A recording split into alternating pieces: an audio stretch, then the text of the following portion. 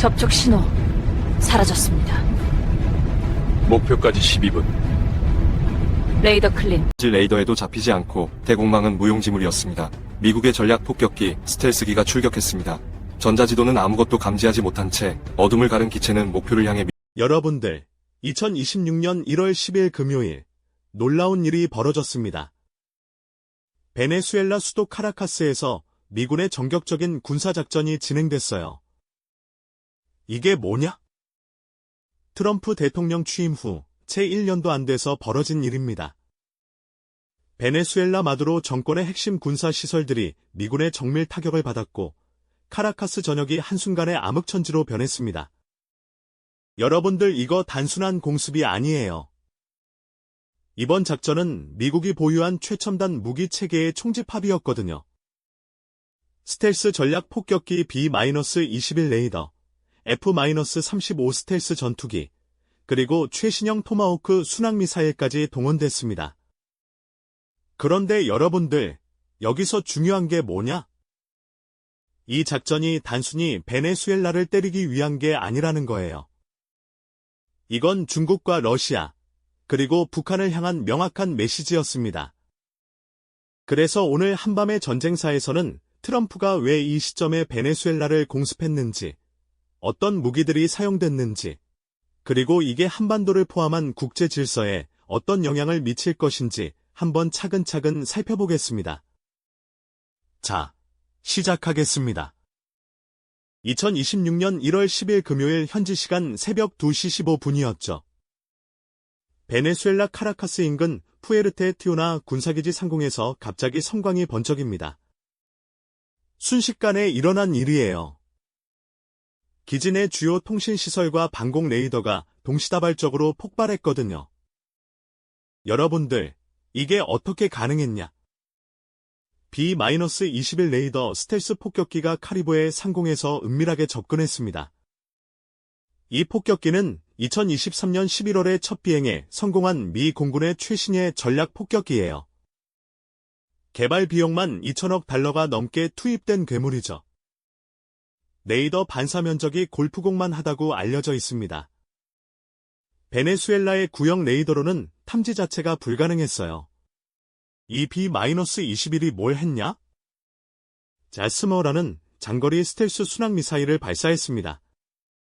사거리가 무려 1000km예요. 이 미사일이 베네수엘라 방공망의 핵심 노드들을 정확하게 타격했거든요. 그 순간 베네수엘라 군의 눈과 귀가 완전히 멀어버린 겁니다. 그런데 여러분들, 놀라운 건 여기서부터예요.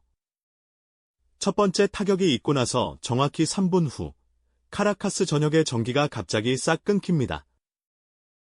전부 다 끊겨요. 이게 뭐냐? 사이버 작전이 동시에 진행된 거예요. 미 사이버 사령부가 베네수엘라의 전력망 통제 시스템에 사전에 심어놓은 악성 코드를 작동시킨 겁니다. 야, 이거 영화에서나 나올 법한 얘기 아니에요?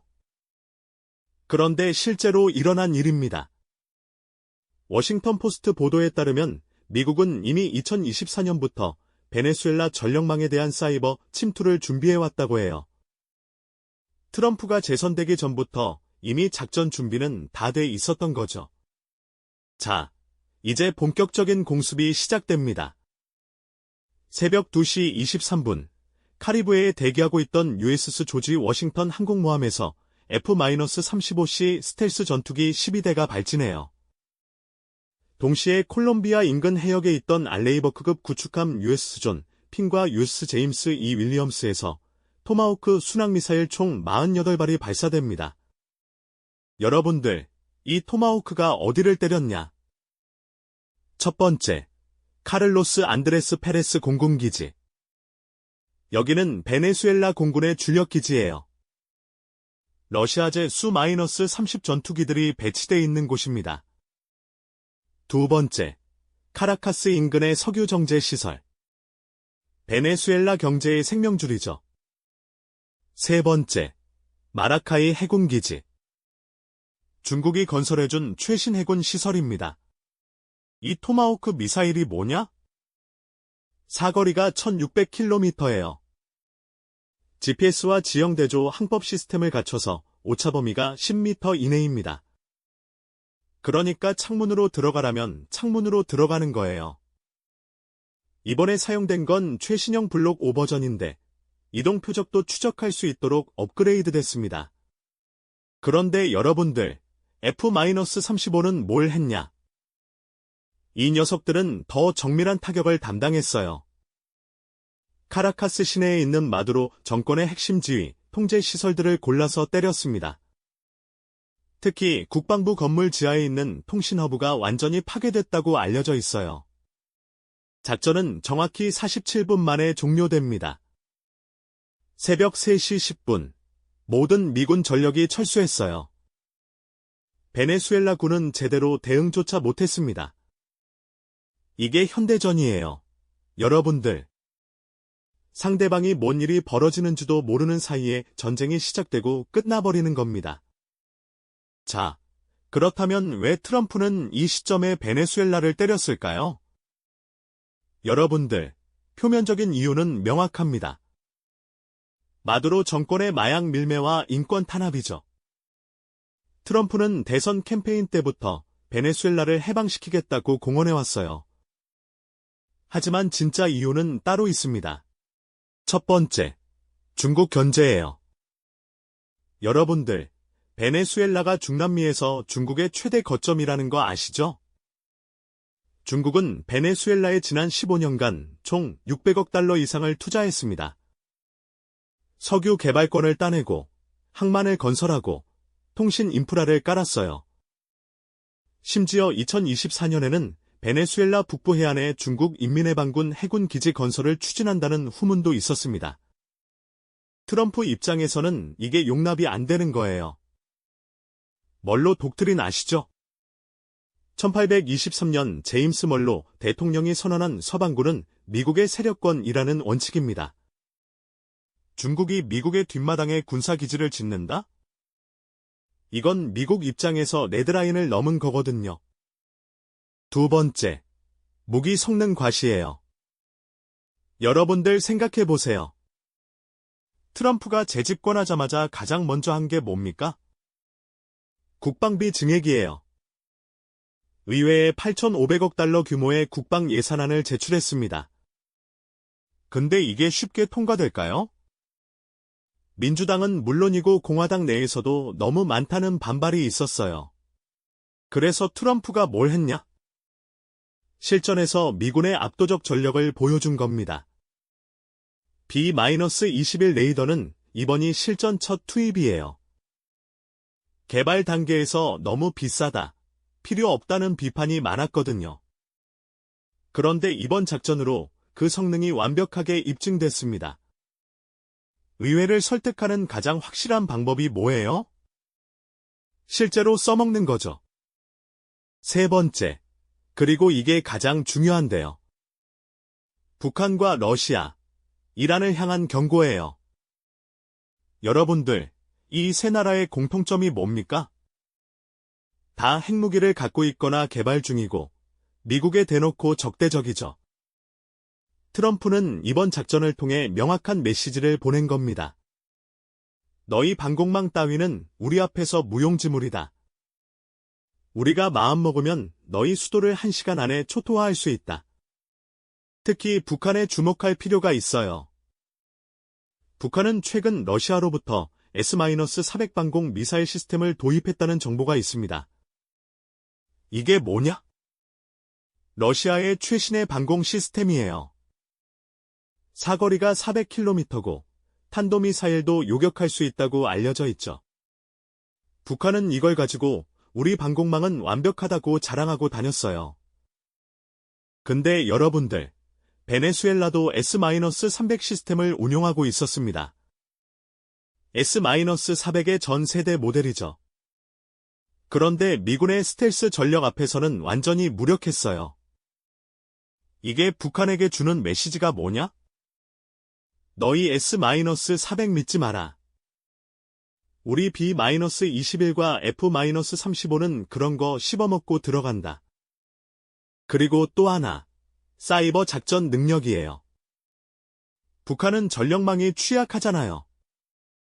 평양 일부를 제외하면 전기 공급이 불안정하죠. 미국이 베네수엘라 전력망을 마비시킨 것처럼 북한의 전력망도 얼마든지 마비시킬 수 있다는 걸 보여준 겁니다. 자, 이제 기술적인 부분을 좀 더 깊이 파보겠습니다. 여러분들, 이번 작전에서 가장 핵심적인 무기가 뭐였냐? B-21 레이더 스텔스 폭격기예요. 이 녀석에 대해서 좀 알아볼 필요가 있습니다. B-21 레이더는 노스롭 그루먼이 개발한 차세대 전략 폭격기입니다. B-2 스피릿의 후속 모델이에요. 개발 코드명이 뭐였냐? 레스비, 롱 레인지 스트라이크 바머, 장거리 타격 폭격기였습니다. 2015년에 개발이 시작됐고 2023년 11월에 첫 비행에 성공했어요.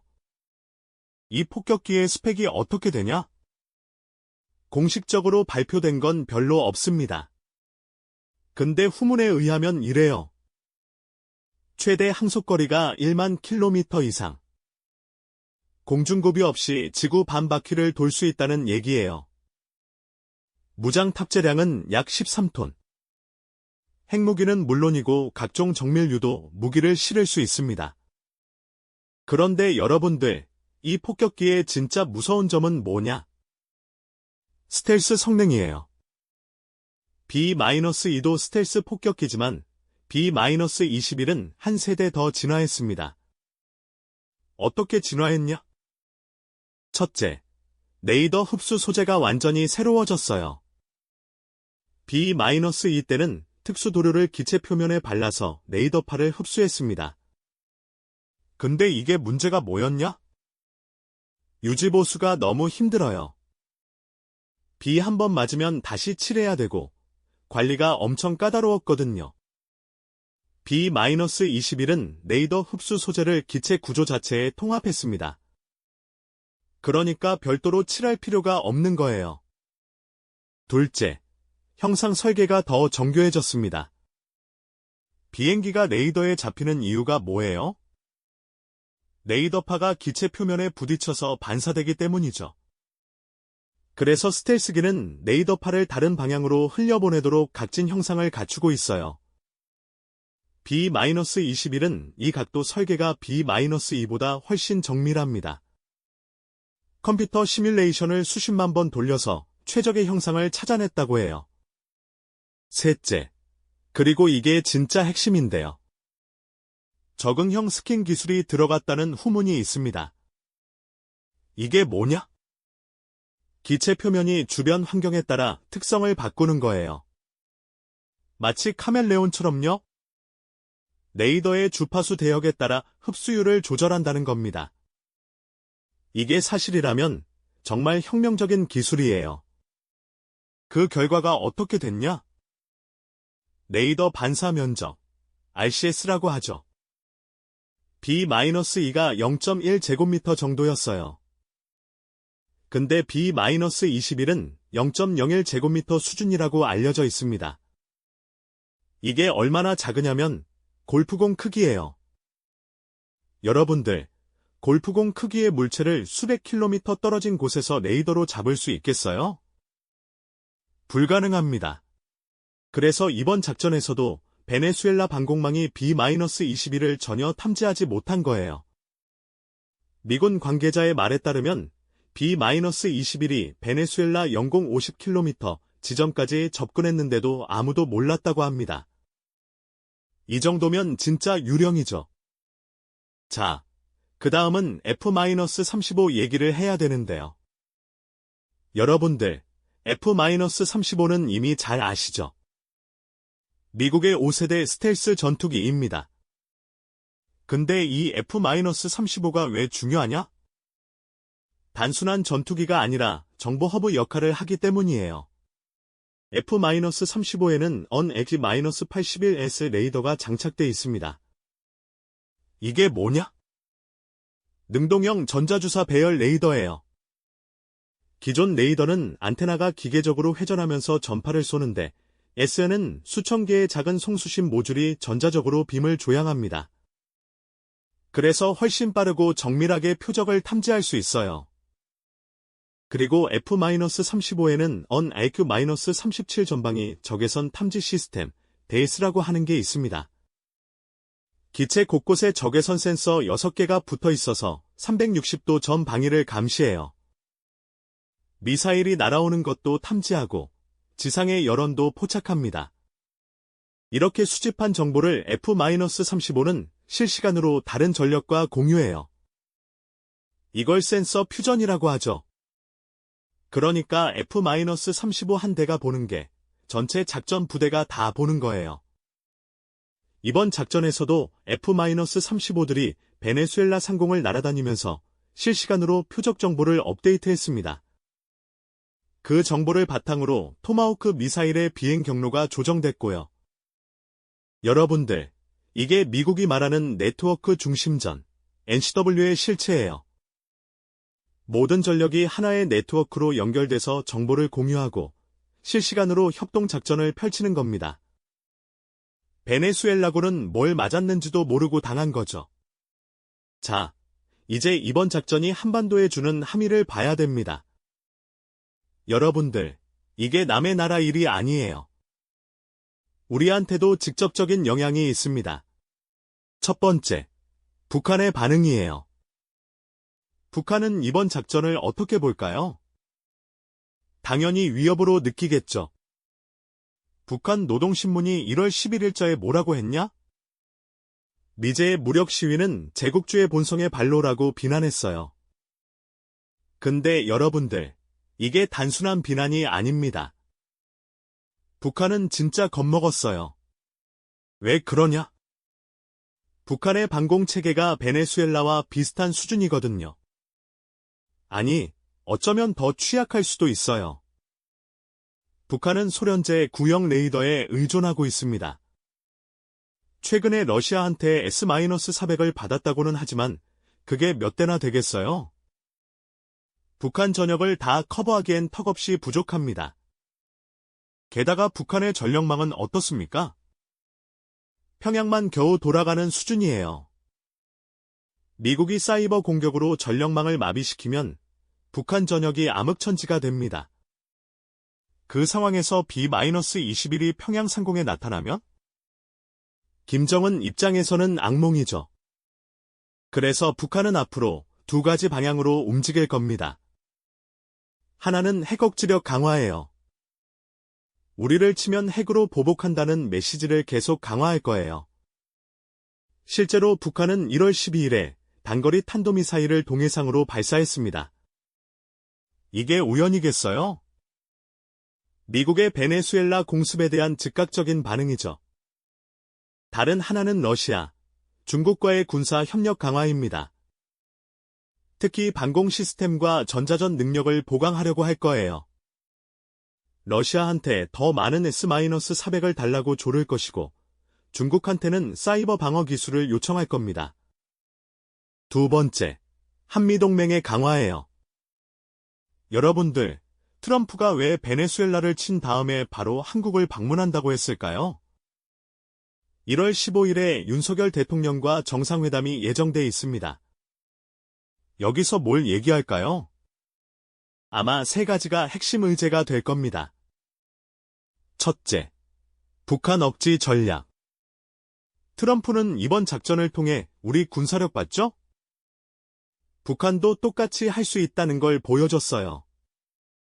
그리고 한국한테, 그러니까 우리한테 더 의존해라 라는 메시지를 보낼 겁니다. 둘째, 방위비 분담금.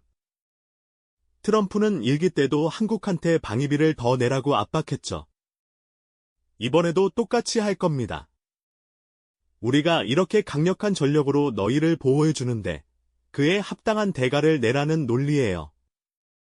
현재 한국이 내는 방위비 분담금이 연간 약 1조 2천억 원인데 트럼프는 이걸 2조 원 이상으로 올리려고 할 겁니다. 셋째, 첨단 무기 판매. 여러분들, 이번 작전에서 활약한 F-35, 우리 공군도 도입했죠? 현재 40대를 운용 중이고 추가로 20대를 더 도입하기로 했어요. 근데 트럼프는 여기서 그치지 않을 겁니다. B-21까지는 아니더라도 최신형 F-15EX나 E-7 공중조기경 모통제기 같은 고가 무기를 팔려고 할 거예요. 그리고 여러분들, 여기서 우리가 주목해야 할 게 하나 더 있어요. 바로 한국의 독자적 방위 능력이에요. 우리가 미국에만 의존할 수는 없잖아요?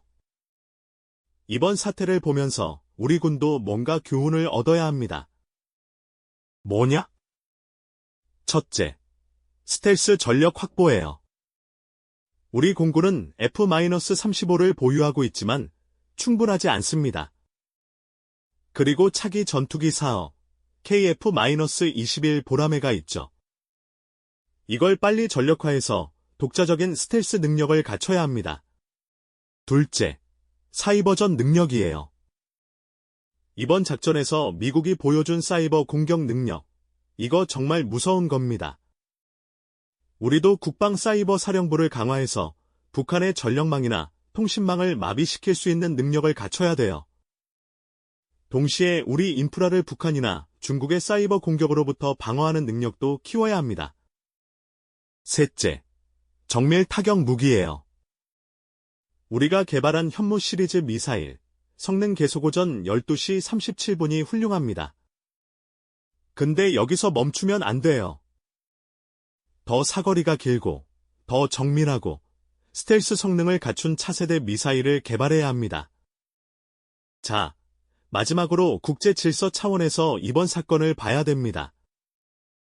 여러분들, 이 작전이 단순히 미국과 베네수엘라의 문제가 아니라는 거, 이제 아시겠죠? 이번 작전의 본질을 봐야 됩니다.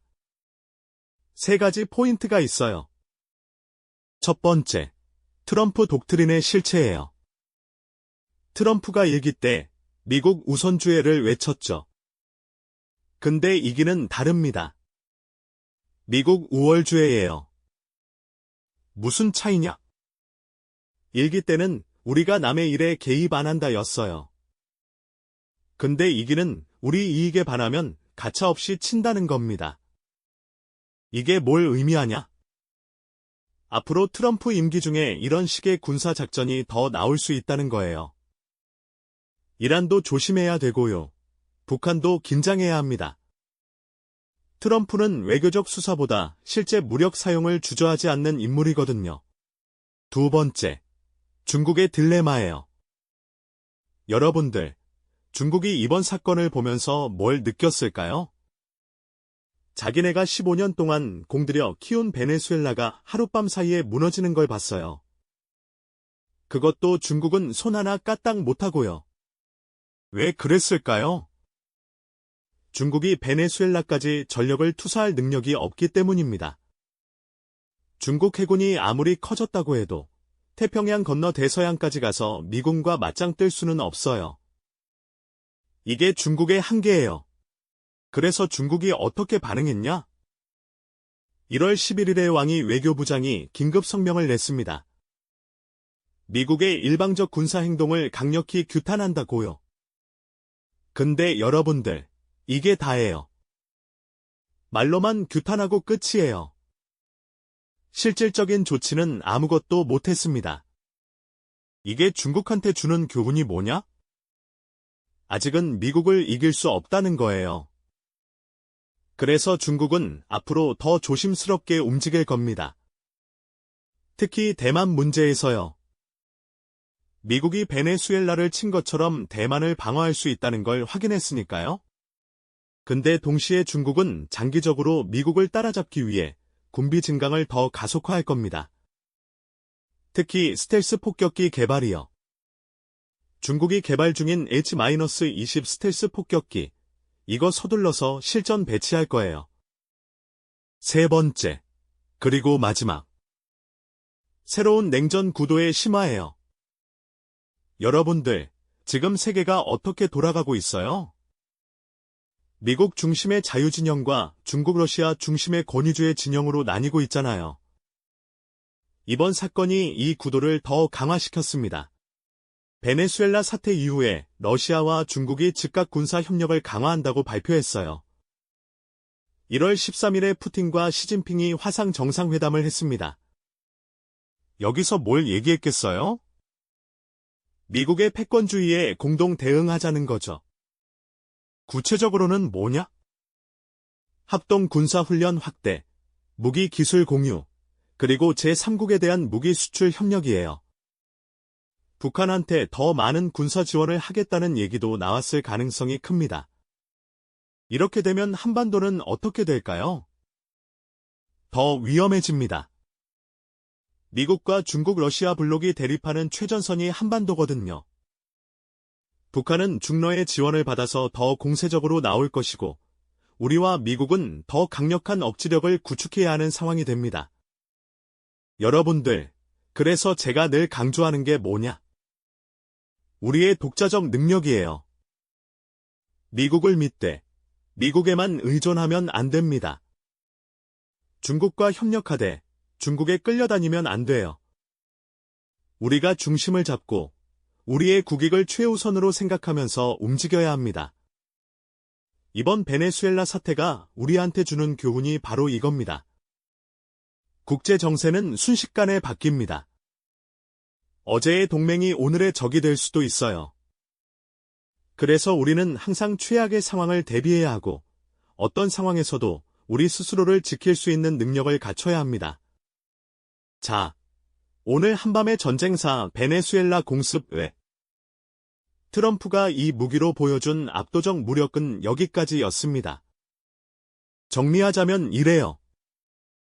트럼프는 베네수엘라 작전을 통해 세 가지를 동시에 달성했습니다. 첫째, 중국을 견제했어요. 중남미에서 중국의 영향력을 차단했습니다. 둘째, 미국의 최첨단 무기 체계를 과시했어요. B-21, F-35, 토마호크, 사이버전 능력까지 총망라했습니다. 셋째, 북한과 러시아, 이란 같은 적대 국가들에게 경고 메시지를 보냈어요. 너희도 똑같이 당할 수 있다는 거죠? 이게 한반도에 주는 함의는 명확합니다. 북한은 더 위협을 느끼고 핵 억지력과 방공 능력 강화에 매진할 것입니다. 한미동맹은 강화될 것이고 동시에 한국에 대한 미국의 압박도 커질 겁니다. 그리고 우리는 독자적 방위 능력을 키우는데 더 박차를 가해야 합니다. 국제 질서 차원에서는 미중 간 신냉전 구도가 더 심화될 거예요. 양 진영의 대립이 격화되면서 한반도는 더 위험한 환경에 놓이게 됩니다. 그래서 우리의 외교적, 군사적 역량이 그 어느 때보다 중요한 시점이에요. 여러분들, 세상이 참 빠르게 변하죠? 우리도 그에 맞춰 빠르게 대응해야 합니다. 안보는 공짜가 아니에요. 평화를 원한다면 전쟁에 대비해야 합니다. 이게 오늘날 국제 정치의 냉엄한 현실입니다. 오늘의 이야기가 흥미가 있으셨다면 좋아요, 구독 부탁드립니다. 여러분들의 다양한 의견을 댓글로 남겨주시면 영상 제작하는데 큰 힘이 됩니다.